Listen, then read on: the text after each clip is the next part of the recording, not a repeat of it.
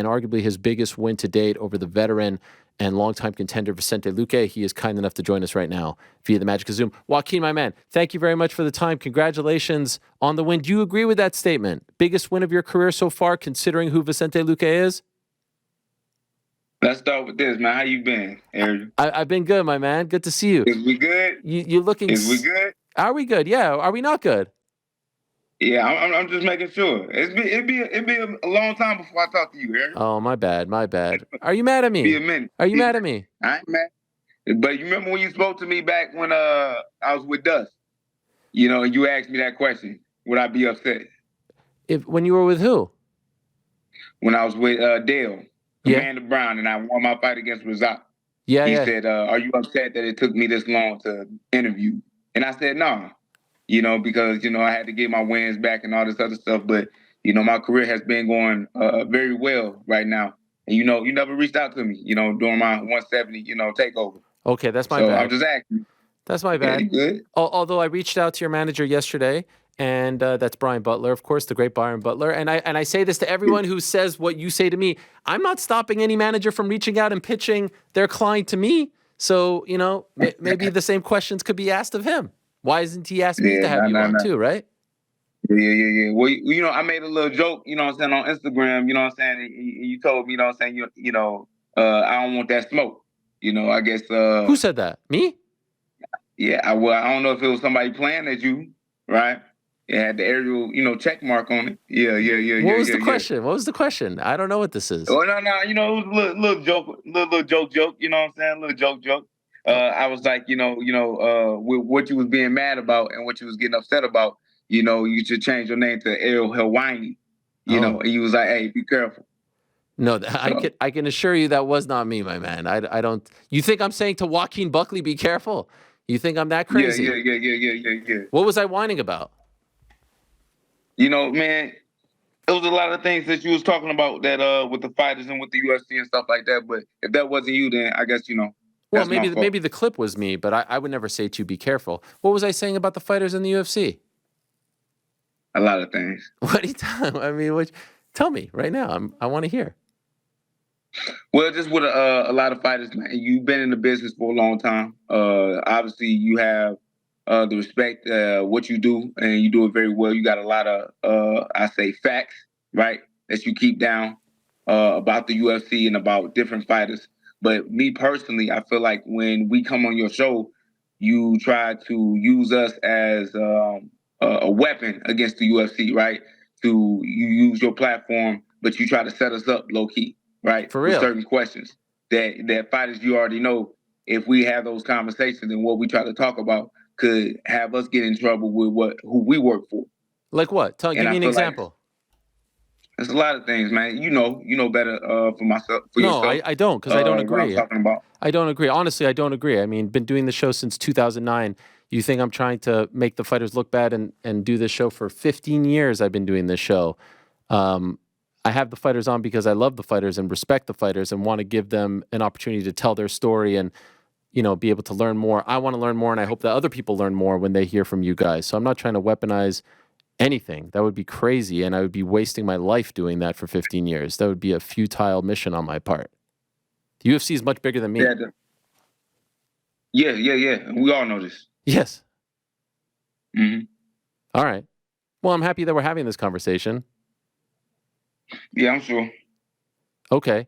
So do you feel like the win was the biggest win of your career? Yeah, I know it was. You know, unfortunately, a lot of people think the fight was rigged. And rigged? Vicente Luque, you know, threw the fight. That's what they feel. Yeah. That's crazy. Who's saying that? A lot of people. A lot of people. You can't listen to these people. A lot of random comments. Yeah. What was your impression of how the fight ended there? Because it looked like he made maybe the mistake of pulling guard, and then you made him pay for it.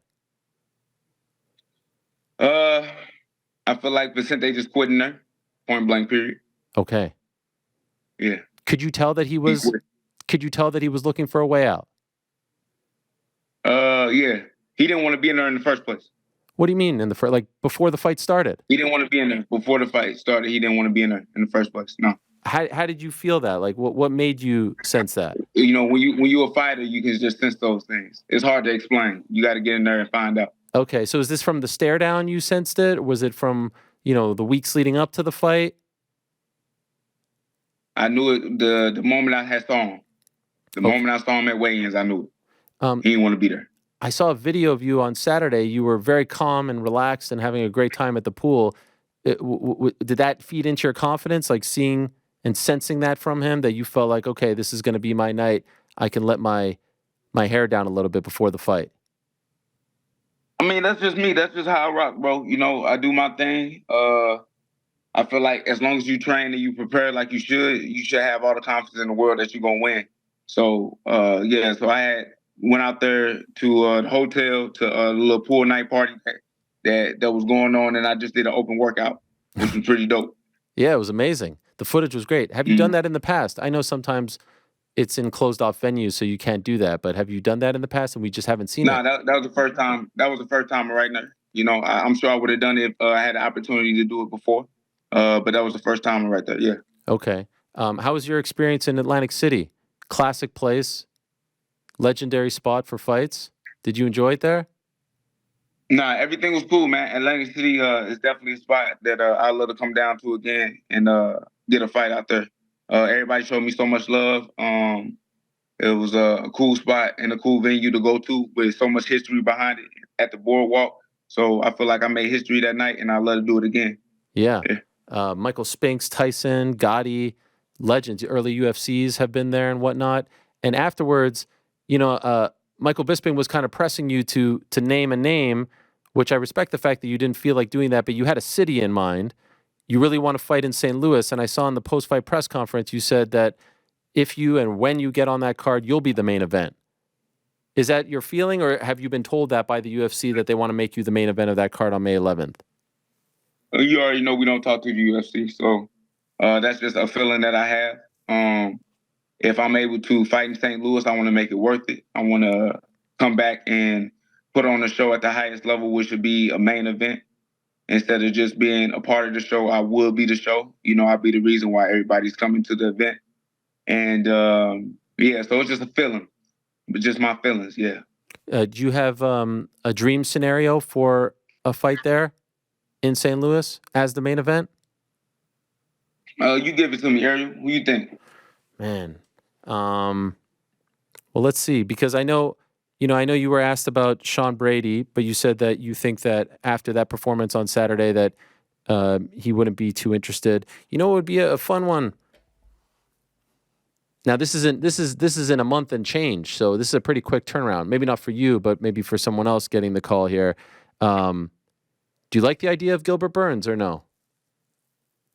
I actually love the idea of Gilbert Burns. You know, right now we 3-1 against the team. The first guy that beat me from that team was Logan Storley back at Bellator. He held me down for 15 rounds. And after that, I knocked out Impa Kasagana, Andre Fiallo, and now their boy Vicente. So now I'm, 3-1 with them. That's a good story. I would have said, by the way, the guy who beat him, Jack Della, but then we found out that he broke his arm. So I'm pretty sure it was his arm. He's going to be out for a minute. Yeah. He's going to be out for a minute. And plus, he called out Shavkat. Right. And I think Shavkat is also a Kill Cliff fighter. Yes. Which I'd love to have that, but I think it's Ramadan or something like that. So he won't be participating. Okay. What is the difference between this Joaquin Buckley at 170 as opposed to 185? I feel like the difference for me and who I am is just that, now I'm fighting in the weight class that I should have been fighting in for the longest time. It's still me. It's still the same old guy, but I feel like for me, it's just like getting the success and being able to really showcase my talent and my skill set. Truthfully, I think people think it's a difference for real, but it's really not. It's just I wasn't fighting in the appropriate weight class for myself at 185. Why were you at 185 to begin with? Because I couldn't find a fight at 170. Oh, okay. From the beginning. Is it tough? We talked about it a long time ago. Yes, I remember. And also after the win over Impa, we spoke as well. Mm. No. That was the only time we spoke. After the win with Impa and then Razak. Yes. And that was it. All right, so Yeah. that's 2 times. Yeah, that's 2 times. Yeah. That Better was the first time we spoke. That's the first time we spoke was with Impa. And then when I had lost to what's that boy name? The Kiriko. And then I beat Antonio Arroyo. I was like, man, I gotta do something crazy to get people to talk to me again. And then I had my boy Dust come in, and you made that confession to me, right? That was the first thing that you asked me. Are you mad that we haven't spoken in a while because of that? And I was just like, no, we good. I took my L, so, I had to get my wins and blase. But I just found that funny. And when I made that little joke, you said it wasn't you, though. Even though it had the blue check mark, you said it wasn't you, so I'm going to believe it wasn't you. Yeah, honestly, I don't remember joke. this. I would never write that, but I don't know if the knocks to the head are getting to me, but this doesn't sound familiar.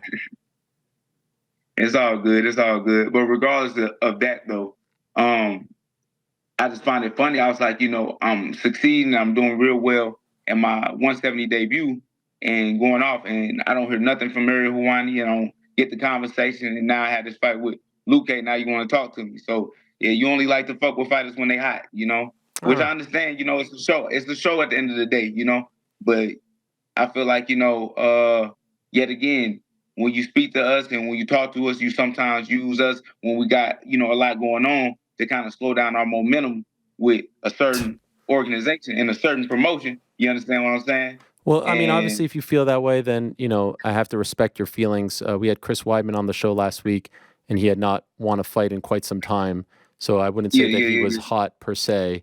And, we had Chito Vera after his loss. We had Francis Ngannou. So I'm not just talking to fighters after. So you pick and choose. Obviously. I mean, dog, I do a show twice a week. Like I wish I could do a show every day, But again, I would say, if you really wanted to come on, and I am sorry if you felt slighted in any way, I would love for managers to hit me up as well and say like, hey, let me get my guy on. I never got that text, so that's my and I reached out to your manager yesterday to have you on.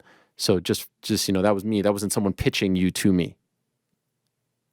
All right, that's cool, man. Us fighters, man, we sensitive, bro. No, I get it, man. We sensitive. I'm happy we could talk this out. I wish we could have talked it out maybe off air when we were texting earlier, but maybe people like that sort of thing.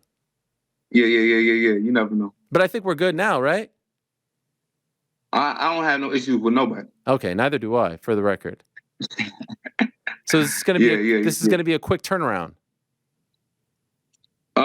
We plan on it. It's up to the UFC though to make something happen.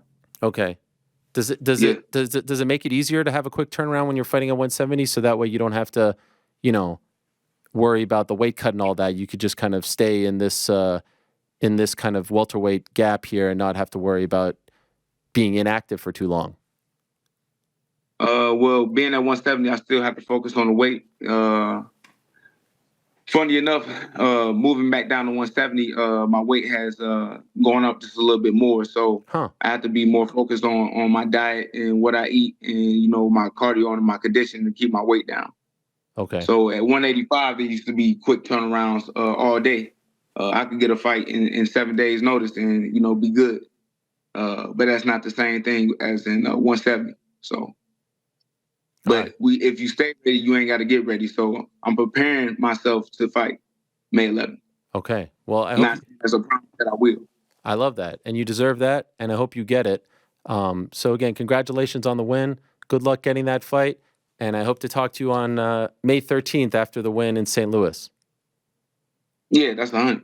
All right. Thanks, Joaquin. All the best to you. All right. Thanks for watching. We appreciate it very much. Hey, if you like this video, give us the old thumbs up. Subscribe as well. You can get many more of these videos on the channel, so please do that. We would love you forever if you did so.